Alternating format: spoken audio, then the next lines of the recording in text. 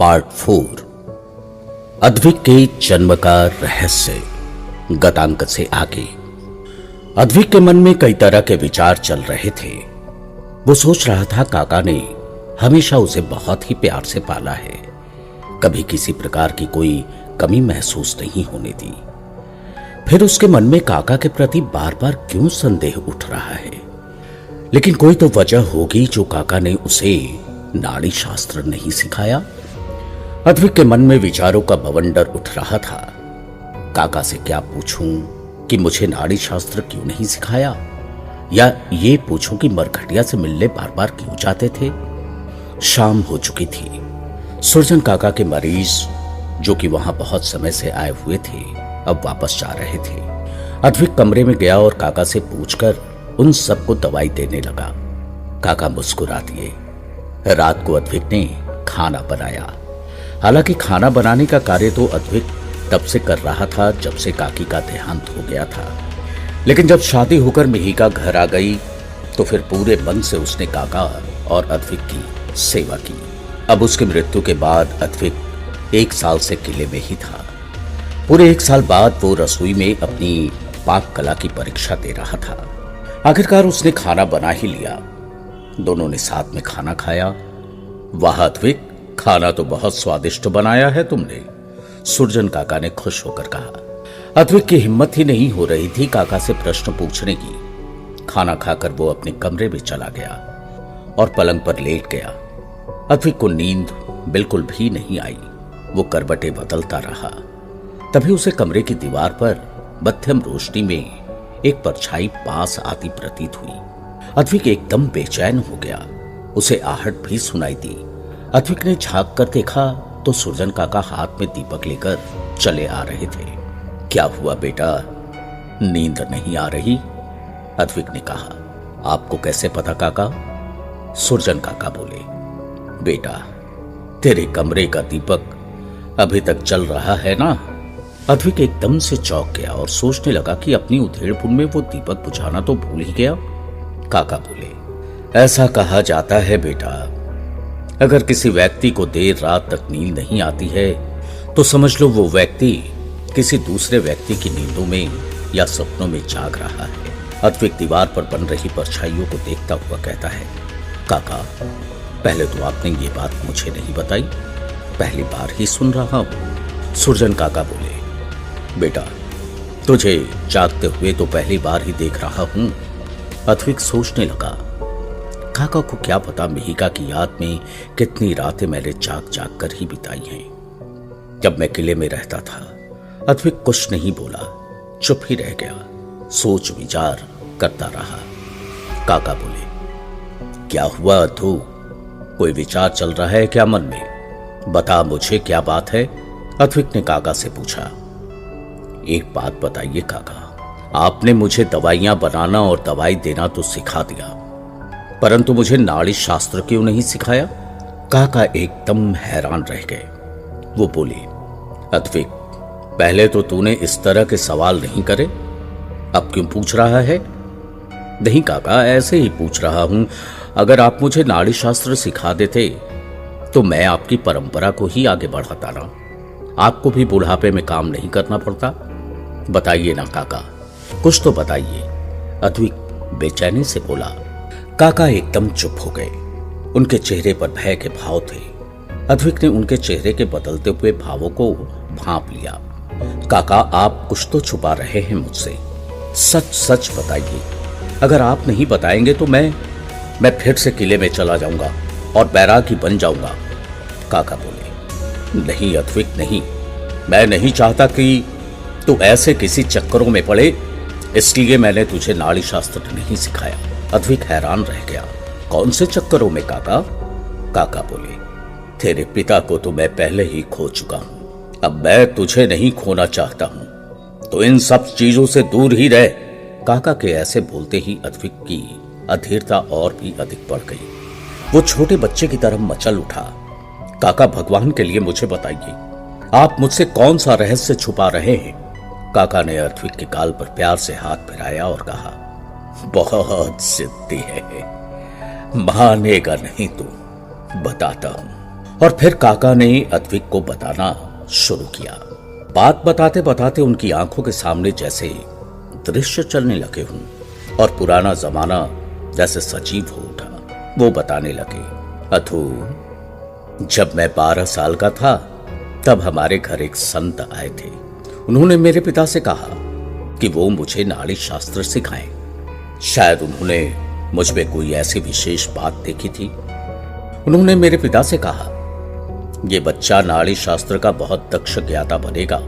आप सुरजन को नाड़ी शास्त्र अवश्य सिखाइए, ये उसके लिए भी अच्छा रहेगा और दूसरों के लिए भी। तब मेरे पिता ने उनसे प्रश्न किया, ये क्या होता है और कहां सिखाया जाता है? तब उन संत ने मेरे पिता को बताया, भारत के सुदूर दक्षिण राज्यों में एक ऐसी विद्या प्रचलित है जिसमें अंगूठे की छाप को देखकर उस पर बनी लकीरों के आधार पर मनुष्य का भूत भविष्य वर्तमान बताया जाता है। इस विद्या का प्रादुर्भाव अगस्त ऋषि द्वारा किया गया था और उनके लिखे ग्रंथ भी अगस्त्य नाड़ी पर आधारित है। संत ने कहा, आपके पुत्र का चेहरा ये बता रहा है कि इस विद्या में ये बहुत प्रवीण होगा। तब मेरे पिता ने उनके आदेश पर सहमति जताते हुए मुझे नाड़ी शास्त्र सिखाने के लिए सहमत किया। परंतु भारत का दक्षिणी इलाका हमारे प्रदेश से बहुत ही दूर था। अकेलेपन के भय से मैं जाने को तैयार नहीं हुआ। तब उन्हीं संत ने मेरे पिता को बताया कि आगे चलने पर तुम्हें कोई ना कोई साथ जरूर मिल जाएगा। जब हम इस गांव से निकले तब हमें रास्ते में ही मेरे ही हम उम्र का बालक मिला, जो कि अकेले ही दक्षिण भारत तक का रास्ता तय करने के लिए निकला था। रास्ते में हमारा साथ हो गया। बातों ही बातों में पता चला कि उस बालक के पिता नहीं थे और माता की भी उसी समय किसी वजह से मृत्यु हो गई थी। इसीलिए वो बालक अब अपने जीवन को एक सही दिशा देना चाहता था। उसने अगस्त्य नाड़ी के बारे में सुना हुआ था, इसलिए वो बालक अकेले ही दक्षिण भारत की ओर रवाना हो गया। अद्विक बहुत ही उत्सुकता से काका की बातें सुन रहा था। उसने पूछा, कौन था वो बालक बाबा? अद्विक की बात सुनकर सुजन काका की आंखों में आंसू और होठों पर मुस्कान थी, जिससे पता चल रहा था कि ये बात बताते समय उनके दिल में कितना दर्द है। वे अपने आंसुओं को आंखों से रोकते हुए ही बोले, वो बालक था विकेश, तेरा पिता। अद्विक एकदम चीख पड़ा, मेरे पिता विकेश? सुरजन काका बोले, हाँ बेटा, इस तरह से हम रास्ते में ही पहली बार मिले थे और दक्षिण भारत की सुदूर यात्रा में हमारा इतना अच्छा साथ हो गया कि हम दो जिस्म एक जान हो गए। वहां हम दोनों ने एक साथ ही नाड़ी शास्त्र की शिक्षा ग्रहण की। समय के साथ साथ हम दोनों ही बड़े हो रहे थे और हमारी दोस्ती भी बढ़ती ही जा रही थी। जब हम दोनों युवा हो गए और हम दोनों की नाड़ी शास्त्र की शिक्षा पूरी हो गई, तब उसके बाद हमने नाड़ी वैद्य की भी शिक्षा ग्रहण की, जिसमें नाड़ी देखकर किसी भी व्यक्ति की बीमारी का पता लगा लिया जाता है और नाड़ी से ही उसकी जन्मपत्री आदि भी देख ली जाती है। इस तरह हम दोनों ही अपनी शिक्षा में निपुण हो चुके थे। विकेश के माता पिता नहीं थे, अतः वह वहीं आश्रम में अपना पूरा जीवन व्यतीत करना चाहता था।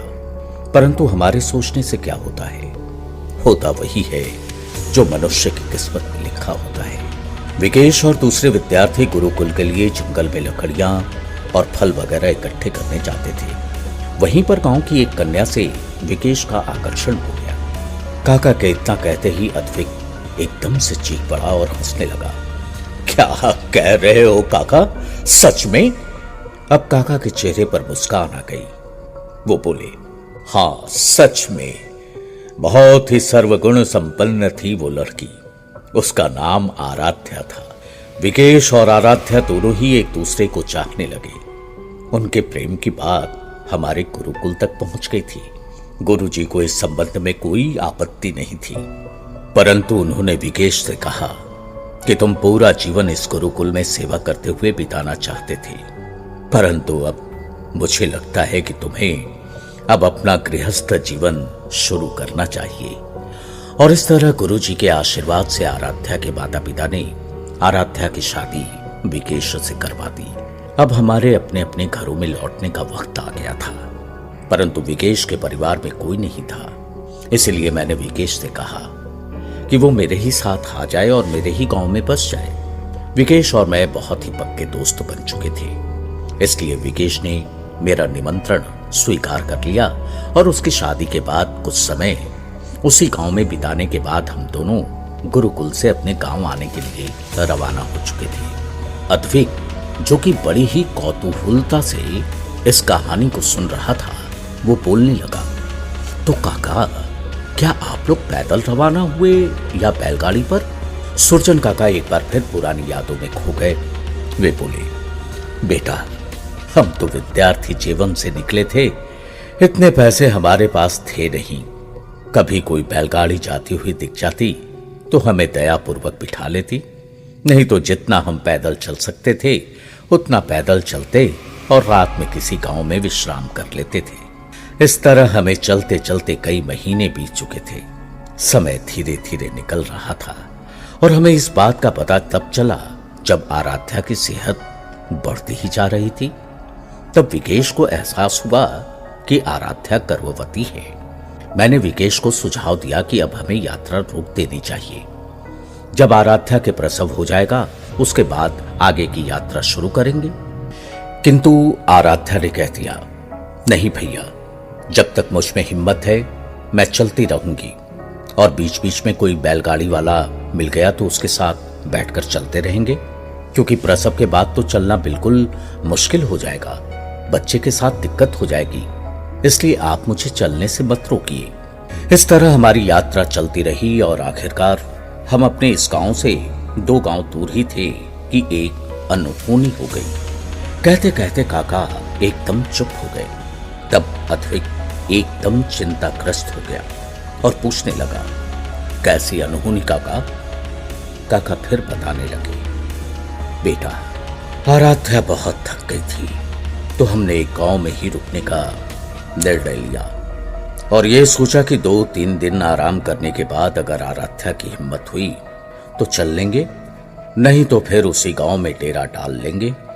एक धर्मशाला में आराम करने के बाद आराध्या ने हम दोनों से कहा कि वो बिल्कुल ठीक है और अब उसी गांव में जाकर रुकेगी जहां उन दोनों को घर बसाना है, ताकि उसे प्रसव के बाद बार बार इधर से उधर न घूमना पड़े। उसकी बात मान के हमने फिर से यात्रा शुरू की और फिर आखिर हम तो 2 गांव ही तो दूर रह गए थे। फिर आराध्या की हालत इतनी खराब भी नहीं थी, वो बिल्कुल स्वस्थ हालत में थी और प्रसव में भी 1 महीना बाकी था। जब हमने चलना शुरू करा तब जंगल के रास्ते में आते हुए आराध्या की एक बार फिर से विश्राम करने की इच्छा हुई। तब हमने देखा कि जंगल में ही एक पेड़ के नीचे एक ऋषि अपने शिष्यों के साथ बैठे हुए थे। हमने ऋषिवर से उस क्षेत्र में आराम करने की आज्ञा मांगी। आराध्या की हालत देखकर ऋषिवर ने उसी क्षेत्र में आराध्या को आराम करने की आज्ञा दे दी, क्योंकि वही पेड़ सबसे घना और सुरक्षित महसूस हो रहा था।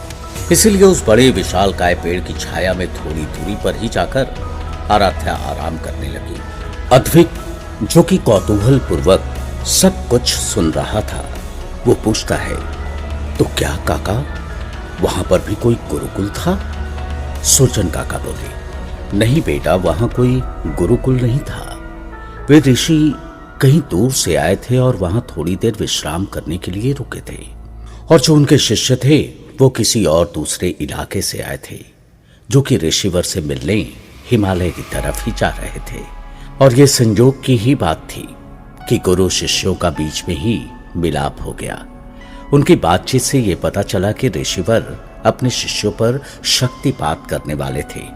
अद्विक हैरानी से बोला, काका, ये शक्तिपात क्या होता है? सुरजन काका बोले, बेटा, जब कुंडलिनी शक्ति को जगाने में कोई दिक्कत होती है तो साधक के गुरु उस साधक पर शक्तिपात करते हैं, यानी अपनी शक्ति का कुछ अंश डालते हैं जिससे कुंडलिनी शक्ति जाग जाती है। और यहां पर भी यही होने वाला था। वे ऋषिवर अपने कुछ विशेष शिष्यों पर शक्तिपात करने वाले थे। ऋषि पेड़ के नीचे बैठे थे और उन्होंने अपना हाथ शिष्यों पर डालने के लिए आशीर्वाद की मुद्रा में खड़ा कर रखा था। और तभी अद्विक, मैंने वो अलौकिक दृश्य देखा। उनके हाथ से बहुत ही अलौकिक किरणें निकलने लगी वो किरणें वहां उपस्थित शिष्यों पर पड़नी चाहिए थी, पर ना जाने अचानक से ही क्या हुआ, एक बहुत ही तीव्र प्रकाश आया जिसकी वजह से उन अलौकिक किरणों ने अपना रास्ता मोड़ लिया। जो किरणें ऋषिवर के हाथ से निकल रही थी, वे अलौकिक किरणें उनके शिष्यों पर ना गिर के वहां थोड़ी ही दूर पर आराम कर रही आराध्या के ऊपर गिर पड़ी। शक्तिपात की ऊर्जा बहुत ही तीव्र थी, जिसकी वजह से गर्भवती आराध्या की कुंडलिनी बहुत ही तेजी से जाग गई। उसके शरीर में इतना तेज ऊर्जा का संचार हुआ जिसे आराध्या सहन नहीं कर पाई। एक तो ऋषि के तपोबल की शक्ति और दूसरा कुंडलिनी की शक्ति। क्योंकि वो गर्भावस्था की वजह से थोड़ा दुर्बल थी, उसके शरीर में इतना तेज ऊर्जा का संचार हुआ जिसे आराध्या सहन नहीं कर पाई। एक तो ऋषि के तपोबल की शक्ति और दूसरा कुंडलिनी की शक्ति। क्योंकि वो गर्भावस्था की वजह से थोड़ा दुर्बल थी, वो एकदम से तड़पने लगी और उसकी तुरंत ही मृत्यु हो गई। और ये सब इतना जल्दी हुआ कि हम सभी हक्का बक्का रह गए। एक पल भी नहीं लगा ये सब कुछ होने में। ऋषिवर इतनी बुरी तरह से हैरान थे कि ये क्या हो गया। वहीं मेरी और विकेश की हालत खराब हो गई। जो आराध्या अभी हमारे साथ हंस बोल रही थी, अब वो पेड़ के नीचे निष्प्राण पड़ी हुई थी। विकेश बुरी तरह से रोने लगा और आराध्या को हिलाने लगा। ऋषिवर भी तुरंत अपना आसन छोड़कर आ गए और उन्होंने आराध्या की स्थिति देखी। वो गहरे दुख के सागर में डूब गए कि अनजाने में ही उनके हाथ से एक हत्या हो गई। उनका दिल चित्कार कर उठा। उन्होंने बहुत ही क्रोध में आकर एक श्राप दिया, जिसकी वजह से ये सब कुछ हुआ है उसे भी इसी तरह से दुख झेलना पड़ेगा और पाप का भागीदार बनना पड़ेगा। इस सारे घटनाक्रम से विकेश बहुत ही ज्यादा बौखला गया। हमारे हाथ से तो सब कुछ चला गया था। अब किसने किया, क्यों किया, उसमें हमें कोई रुचि नहीं थी। मुनिवर के शिष्यों ने तुरंत ही आसपास के गांव से वैद्य को बुलाया, दाई को बुलाया और निष्प्राण आराध्या का प्रसव कराया गया। और फिर तब तुम्हारा जन्म हुआ। अब मृत शरीर को आके ले जाने से कोई फायदा नहीं था। आराध्या का वहीं जंगल में अंतिम संस्कार कर दिया गया। तब तक ऋषिवर भी हमारे साथ ही थे। इस सारे घटनाक्रम से वो बहुत अंदर तक दुखी हो गए थे। उस रात कोई ऐसी विशेष घटना हुई थी, पर वो घटना क्या थी उस बारे में मुझे और तुम्हारे पिता दोनों को ही नहीं पता। उनके शिष्य आपस में बात कर रहे थे, जिसकी वजह से ये सारी घटना हुई है। वो व्यक्ति माफी मांगने आया था, किंतु ऋषिवर ने उन्हें माफ नहीं किया और इसका परिणाम भुगतने का श्राप दिया है। ऋषिवर ने हमसे कहा, विकेश, शक्तिपात की वजह से तुम्हारी पत्नी की सभी शक्तियां एकदम जाग गई थी, जिसे उसका दुर्बल शरीर झेल नहीं पाया, जिसकी वजह से उसके प्राण चले गए। अब वो सारी शक्तियां तुम्हारे बच्चे में आ गई हैं। परंतु ये बच्चा बहुत छोटा है, इसलिए मैं अभी इसकी सारी शक्तियों को सुप्त अवस्था में कर देता हूं। जब भी ये कभी मुझे याद करेगा या इसे इन शक्तियों की बहुत अधिक आवश्यकता होगी, तब मैं इन सभी शक्तियों को फिर से जागृत कर दूंगा। ऐसा कहकर और तुम्हें आशीर्वाद देकर मुनिवर अपने मार्ग की ओर चले गए और हम अपने गांव की तरफ वापस आ गए क्रमशः।